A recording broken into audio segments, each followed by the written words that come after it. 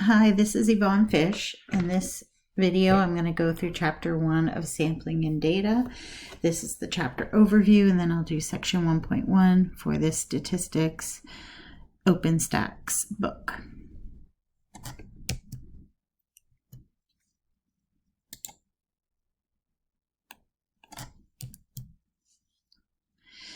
So our learning objectives are recognize and differentiate between key terms, apply various types of sampling methods to data collection, and create and interpret frequency tables.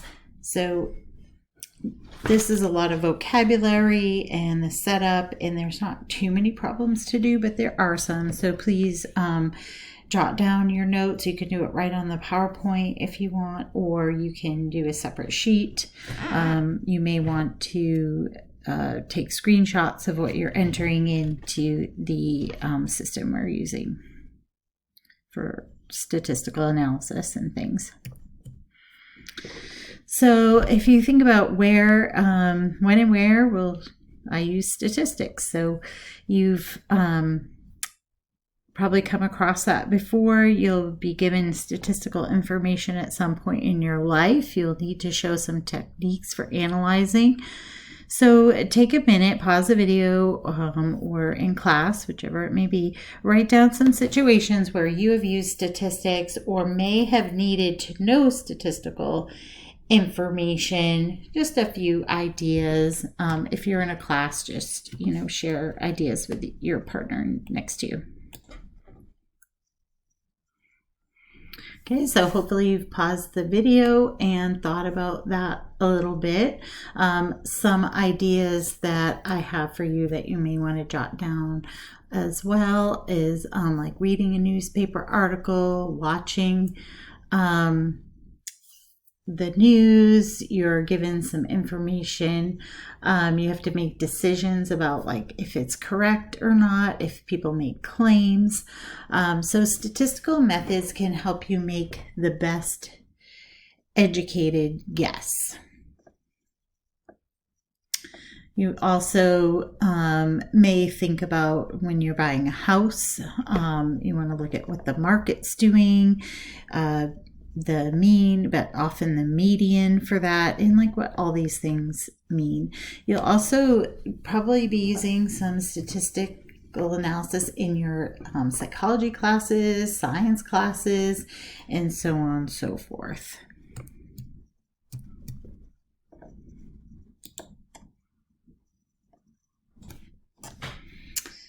So think about that next time you're reading the newspaper, watching TV, or using the internet, that you'll have some information. There's also statistics about crime, sports, education, politics, and real estate. You'll also be learning some things about probability and how they work together, and you'll learn how data can be gathered and what good data can be and how to distinguish that from bad data.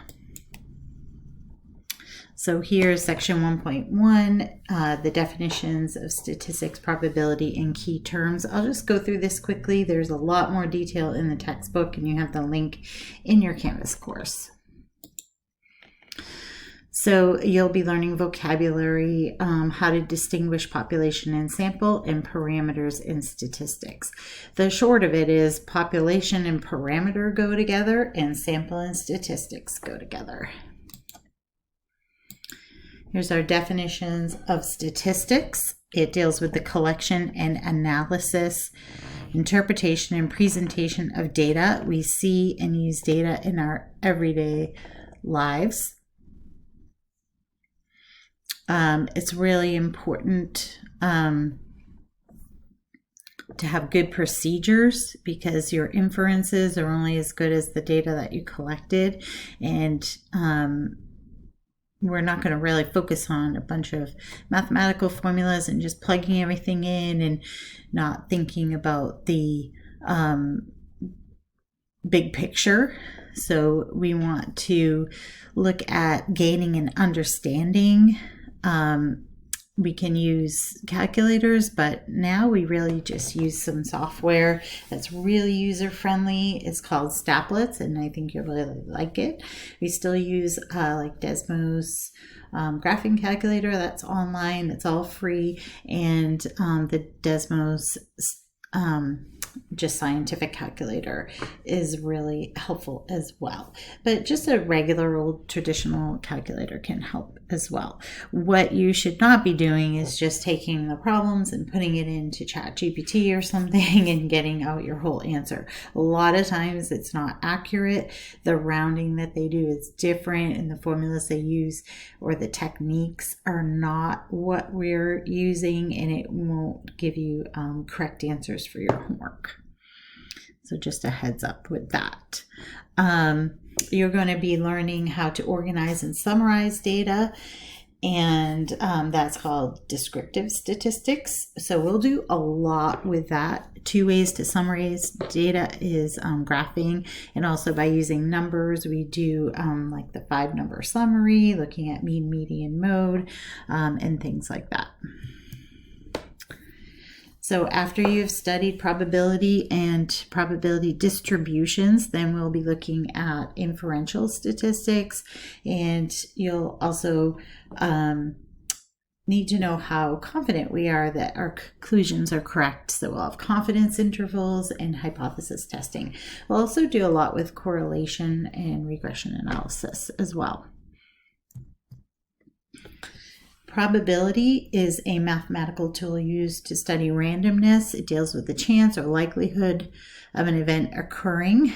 So just take a minute to think about what experiences or knowledge you have regarding probability. Jot down your answers in your notes or discuss it with the person around you. If you're in an in-person class, like you can think about dice, coins, cards, things like that. A lot of people have, but there's also some other kinds of things like earthquakes, rain, what's the likelihood of something happening. So just pause the video for a moment.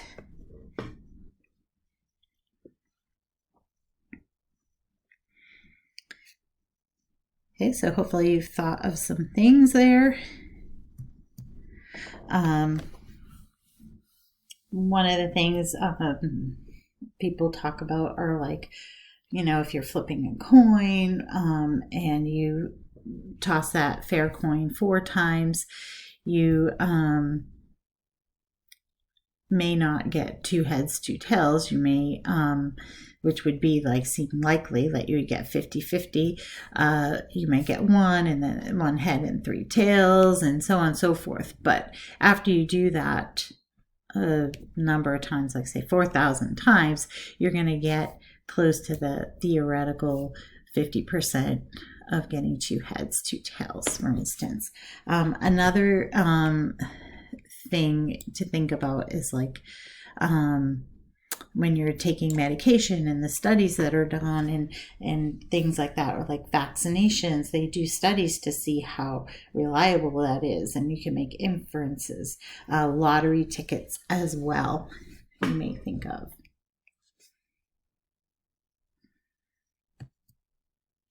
So population is when we're looking at all the person's things or objects under study. So if we're talking about like our entire class or our entire school, and the statistic is an estimate of the population parameter. So when we are trying to study something, we often can't get all the data for all the people. We're going to just have to get a sample. But the parameter is when we're talking about the entire population, and the statistic is when we're talking about just the sample. Since we consider all math classes to be the population, then the average number of points earned per student over all the math classes is an example of a parameter. Again, like I was saying, it's usually hard to get the whole population data, so we get sample data, and we're going to work on some techniques for that in section 2. of chapter 1, but for now we're just defining things. A statistic is what represents the sample. For example, if we consider one math class to be a sample of the population of all math classes, then the average number of points earned by students in that one math class at the end of the term is an example of a statistic. So try to write down an example of your own and then share it. And if you're online exclusively, then you'll submit that with your notes and I'll see it.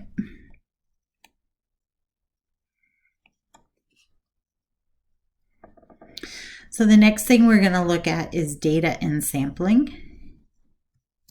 And just one thing I want to encourage you just to mention, you can pause the video anytime to jot down more notes. You might want to watch the video on your phone and pull up the PowerPoint that I give you and write on that, or just on a separate sheet, however you would like to do it. But you don't need to rewrite everything I have in the PowerPoint. You just can write the headers or the numbers of the problems. Just the chapter section and like the example or try it number. So data are the actual values of the variable. They may be numbers or they may be words. Datum is a single value. Data are the result sampling from a population. The sample must contain the characteristics of the population in order to be a representative sample. We are interested in both the sample statistic and the population parameter in the inferential statistics. And that's when we look at the hypothesis testing and we see the reliability and things like that. So that'll come at the end of the course. And the accuracy really does depend on how well the sample represents the population. So variables are noted by capital letters such as X and Y. It's a characteristic of interest for each person or thing in a population. We are often used to variables that are numerical, but they may also be categorical. Numerical variables take on values with equal units. So just take a moment to think about and jot down some examples of numerical variables that you're used to. Like maybe relating to things like that you can calculate, things like that. Maybe weight or time, but add on to that.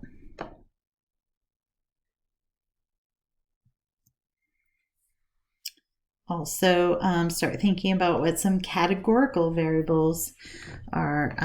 They're the place, the person, or thing that you want to put into a category. So it could be your example I can think of is like eye color, a name, your group. So you're going to place that person or thing into a category. So with this, it doesn't really make sense to crunch any numbers or to, perform calculations. So that's really kind of the difference. And we'll talk more about that later. So you can pause the video and jot down more things. Mean and average, you're probably pretty familiar with the word average. Well, mean is really just the same thing. Proportion is also something that comes up. So that's just like your fraction or your percentage, same kind of thing as that. So you do have some videos to review fractions and proportion and percent to help you out with that. The mean is really you're just adding everything up, dividing by the number of items. So here is just an example. You can pause and work this out for yourself, or just wait and do it along with me. Determine what the key terms refer to in the following study. We want to know the average or mean. amount of money first-year college students spend at ABC College on school supplies that do not include books. We randomly surveyed 100 first-year students at the college. 3 of those students spent $150, $200, and $225 respectively.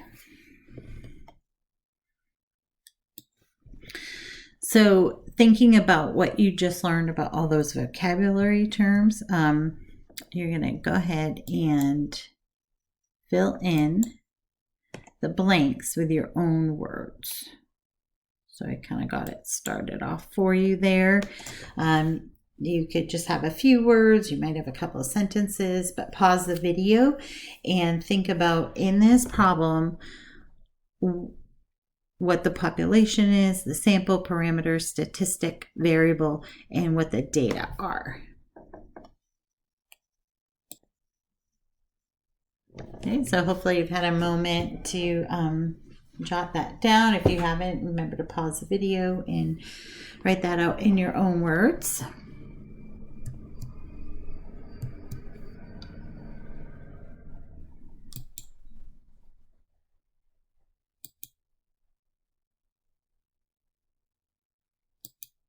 And here are the answers.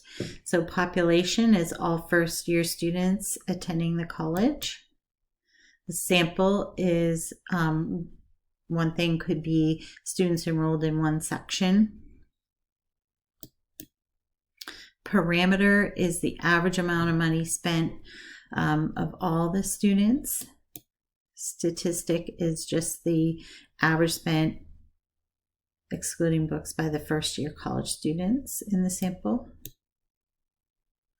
The variable could be the amount of money spent by one first-year student.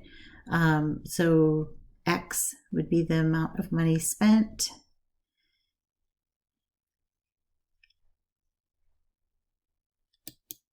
And the data are the dollar amount spent by the first-year students. Examples of the data are $150, $200, and $225. So here's another problem for you to try.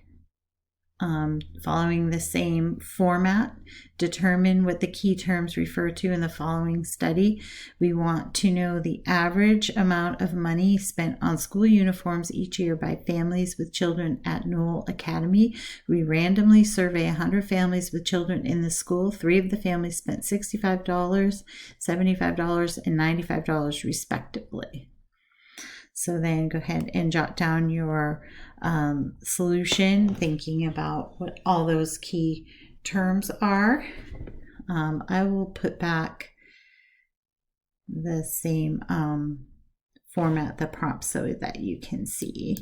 Again, just from the other one, these will be different answers, but you're going to be looking at, again, if you want to jot down population, what the sample, parameter, statistic, variable, and data could be for that particular problem. Okay, so hopefully you've gotten a chance to do that, pausing the video. So here are the solutions. So we have population is all families with children attending Knoll Academy. The sample is a random selection of 100 families with children attending Knoll Academy, and we'll look at how to do that and do random samples and using number generators and different techniques too shortly.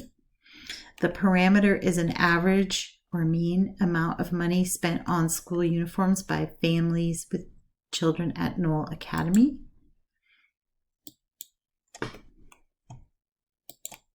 The statistic is the average or mean amount of money spent on school uniforms by families in the sample. The variable is the amount of money spent by one family. Let X equal the amount of money spent on school uniforms by one family with children attending Knoll Academy. So in your MyOpenMath, you'll have, you'll just have some problems that are just very similar to this. The data are the dollar amount spent by the families. Examples of the data are $65, $75, and $95.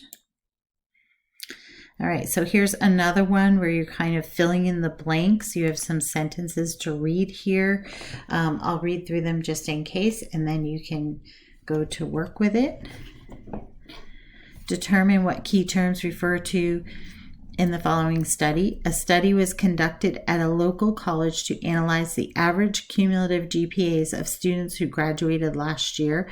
Fill in the letter of the phrase that best describes each of the items below. So we have 1 is population, 2 statistic, 3 parameter, 4 sample, 5 variable, 6 data, just similar to what you were doing before. Not all of these may be used. We have A through G. A, all students who attended the college last year. Think about which one, where that would go. 1, 2, 3, 4, 5, or 6. B, the cumulative GPA of one student who graduated from the college last year. C, 3.65, 2.80, 1.50, 3.90. D, a group of students who graduated from the college last year, randomly selected. E, the average cumulative GPA of students who graduated from the college last year. F, all students who graduated from the college last year. G, the average cumulative GPA of students in the study who graduated from the college last year. So what you're going to do is pause the video and you can just fill in the blanks there with the letters, or you can write the words next to where they go. That's up to you how you want to do that. And then we'll go over them.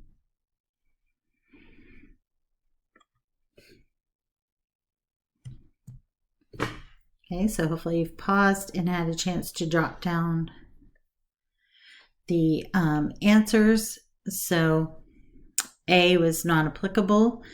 B was variable, is the GPA. The numbers there for C are all data. D, a group of students who graduated from the college is a sample. The average GPA of students who graduated from the college last year is parameter. F, all students who graduated from the college last year is the population. And G, the average cumulative GPA of students in the study who graduated from the college last year is a statistic.